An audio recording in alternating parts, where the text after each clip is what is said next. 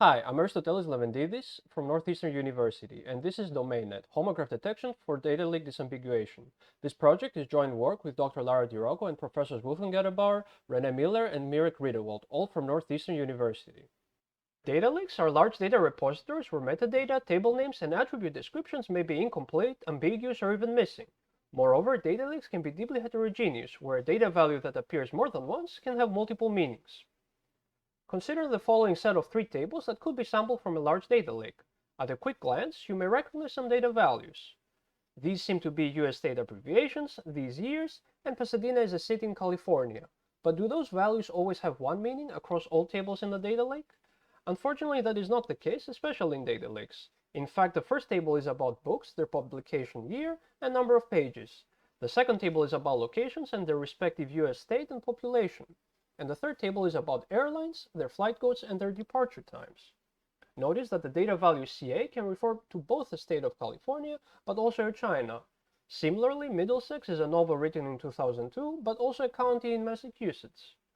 Data values such as CA and Middlesex that occur more than once in a data lake and have more than one meaning are called homographs. Disambiguation has been extensively studied in the context of natural language processing and data management. One might think that semantic type detection on data lakes would be sufficient.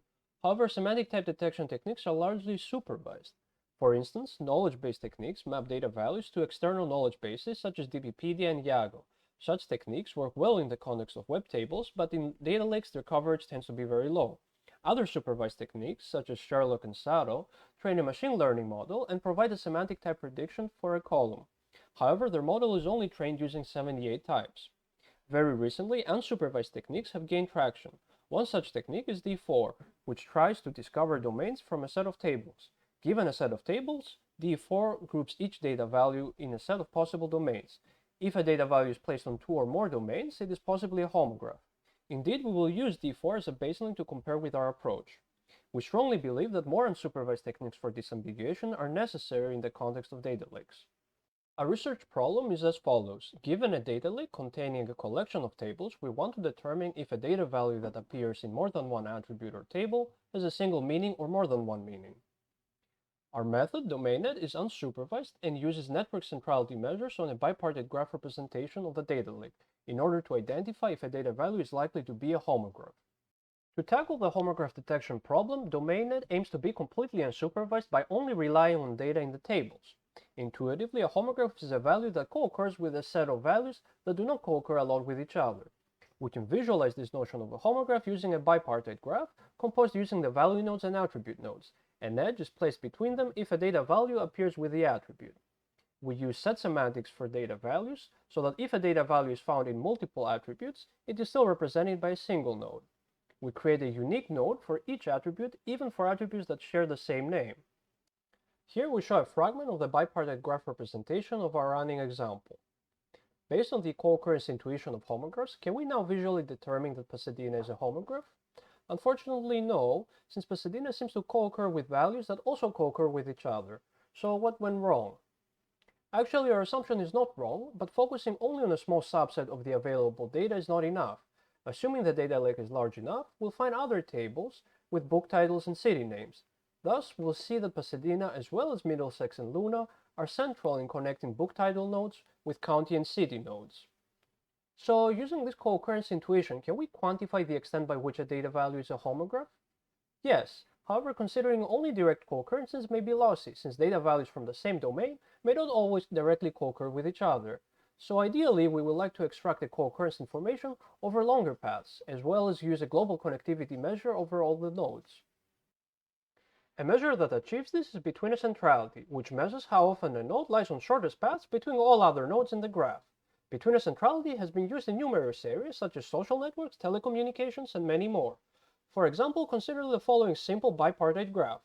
To find the between centrality of node 3, we examine all other pairs of nodes, and for each pair, we find the number of shortest paths passing through node 3 and divide by the total number of shortest paths. For instance, let's consider two node pairs, 1, 2, and A, B. Looking at the node pair 1, 2, there are 0 shortest paths between them that pass through node 3, so we add 0. Looking at the node pair AB, there are two shortest paths, namely A2B and A3B. So half of them pass through node 3, so we add 1/2. Performing this procedure over all pairs of nodes, we finally get that the between centrality of node 3 is 9, which we can also normalize by the total number of nodes in the graph. Nodes with high between centrality scores tend to act as bridge nodes that connect communities of nodes. In this example, node 3 connects nodes C and 4 with the rest of the nodes. This agrees with our intuition of a homograph, and so we hypothesized that homographs will have a higher between centrality score than unambiguous values. Because between centrality is expensive to calculate exactly, we use approximation techniques. Since there are no existing data lake benchmarks for homographs, and the construction of a ground truth via manual labeling is impractical, we evaluate our approach using synthetic datasets or by repurposing existing benchmarks to derive a ground truth. Our first dataset is completely synthetic and created using a data creator that allows us to specify data sources to populate columns for our tables. It has a total of 55 homographs, such as Jaguar, that is both a car and an animal, or Lincoln, which is both a car and a city. The second dataset we use is adapted from the Table Union Search benchmark. This is a benchmark created using tables from open data portals and is originally used to test the unionability of tables by providing a mapping for each column to a set of columns it is unionable with. We repurpose the benchmark in order to derive if a data value is a homograph. More concretely, we say a data value is a homograph if it appears in at least two different columns that are not unionable. The last dataset is the same as the TUS dataset, but we have removed all its homographs so we can use it as a clean dataset where we can inject artificial homographs. Starting with a synthetic benchmark, we compute the BC scores for all data values and rank them in descending order. In this figure, we have plotted the top 55 nodes with their BC scores. Note that there are in total 55 homographs in the dataset, so in a perfect case scenario, the top 55 values would be our homographs. Out of the 55 values, the top 38 of them are indeed homographs. By examining how many data values are placed in more than one domain, we compare against D4 and find that it places 21 of the real homographs in two or more domains. So what happened to the remaining 17 homographs? All remaining homographs correspond to a country code state code abbreviation such as CA, which can refer both to Canada or California. Such values tend to have low BC score because they co-occur in a column with a relatively small number of distinct values. For example, CA co-occurs maximally with about 200 other values, as there are 150 country abbreviations and 50 US state abbreviations. As a result, there are proportionally fewer shortest paths through them, and thus their BC score is smaller. Homographs with large BC scores, like Jaguar, co-occur with more than 1,000 distinct values, as there are more unique animal and car brands in the dataset.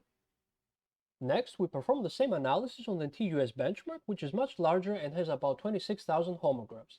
As shown, for small values of k, DomainNet can identify homographs with high precision. This table shows some of the highest BC values in the TUS benchmark.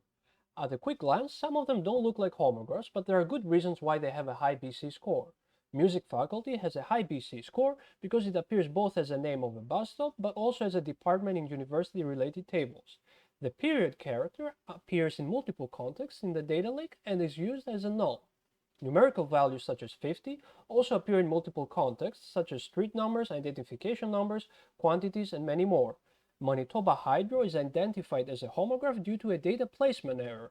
In most cases, Manitoba Hydro appears as an electric company name, but it is also erroneously placed under a street name column, causing it to have multiple meanings, even though that was not the intent. Next, we examine the scalability of our approach. Since the exact computation of between centrality over all nodes is very expensive, we use an approximation technique by sampling a small percentage of the nodes. As shown in the first figure, sampling even 1% of the nodes from the TUS benchmark, the precision of identifying homographs remains stable, so sampling more will not significantly affect the rankings. The runtime grows linearly with the number of nodes sampled. By sampling various side subgraphs from a real dataset, we also observe that the approximation scales linearly with the number of edges. Finally, we also show that knowledge of homographs can improve the accuracy of semantic type detection algorithms like D4. As the number of homographs in the dataset increases, we found that D4's accuracy in identifying correct domains for data values worsens. Therefore, if we can identify and remove the homographs as a pre-processing step, D4 will improve its accuracy. In conclusion, we have presented DomainNet, an unsupervised method that uses a network centrality measure in order to identify if a data value is likely to be a homograph. As a novel problem in the context of data lakes, there are many exciting questions awaiting to be answered. For instance, can we find the number of meanings of a homograph, and can we taxonomize homographs? But most importantly, to start answering these questions, we need a benchmark that can capture semantics from large heterogeneous data lakes. Thank you for listening.